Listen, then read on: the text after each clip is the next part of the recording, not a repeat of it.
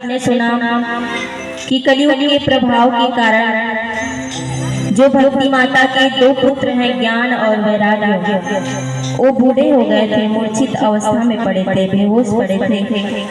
कैसे श्रीमद् भागवत कथा के द्वारा जो सनत कुमार ऋषि हैं, सनत ऋषि हैं, उनकी मूर्छा को दूर करते हैं और वो बिल्कुल अपनी माता के समान नव युवक बन जाते हैं, बिल्कुल जवान हो जाते हैं।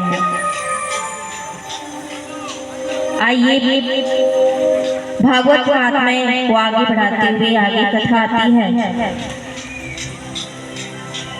कि भक्ति कैसे करें, भक्ति कैसे करना चाहिए।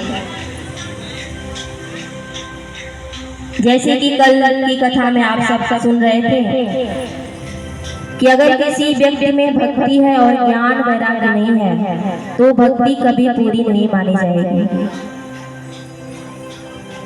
भक्ति तभी पूर्ण मानी जाएगी जब ज्ञान और वैराग्य भी साथ में हो। तो भक्ति कैसे करें, इसका बड़ा ही सुंदर उदाहरण गीता में मिलता है, जिसमें भगवान श्री कृष्ण अर्जुन से कहते हैं कि हे अर्जुन,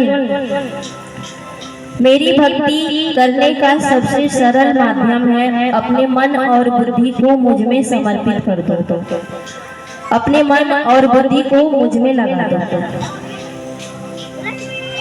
तो पहले आया है मन, अब हम मन कैसे लगाएं भगवान के चरणों में, तो इसका भी बड़ा ही सुंदर उदाहरण है। जो ब्रज की गोपियां हैं वो रहती तो संसार में है, अपने परिवार के बीच में, लेकिन उनका मन निरंतर भगवान में लगा रहता है।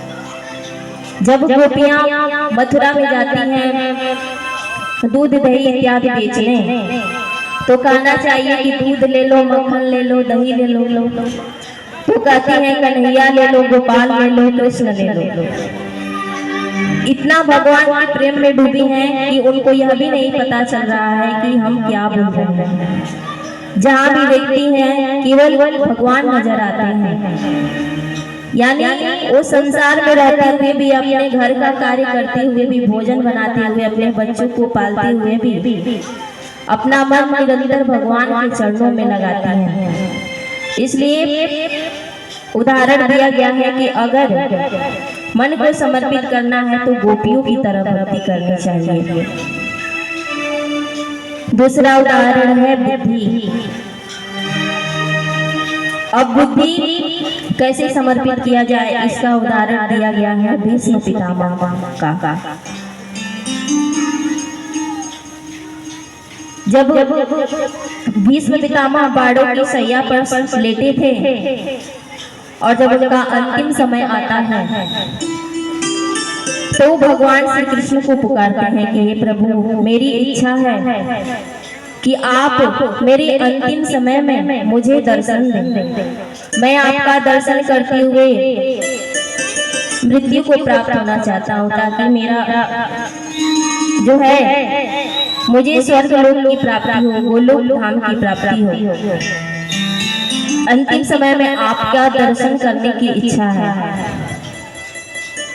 भगवान श्री कृष्ण पांचों पांडवों के साथ भीष्म पितामह के सामने आते हैं। भीष्म पितामह जैसे ही भगवान को देखते हैं उनकी आंखों में आंसू आ जाता है और हाथ जोड़ करके भगवान की विनती करने लगते हैं और कहते हैं कि हे केशव,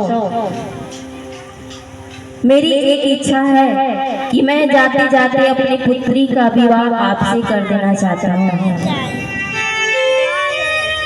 अब यह बात जब अर्जुन सुनते हैं तो कहते हैं कि अरे ये कैसे हो सकता है।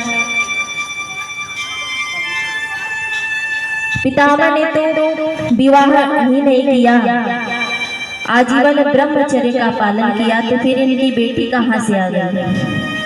जब इनका विवाह ही नहीं हुआ तो फिर पुत्री कहाँ से आई।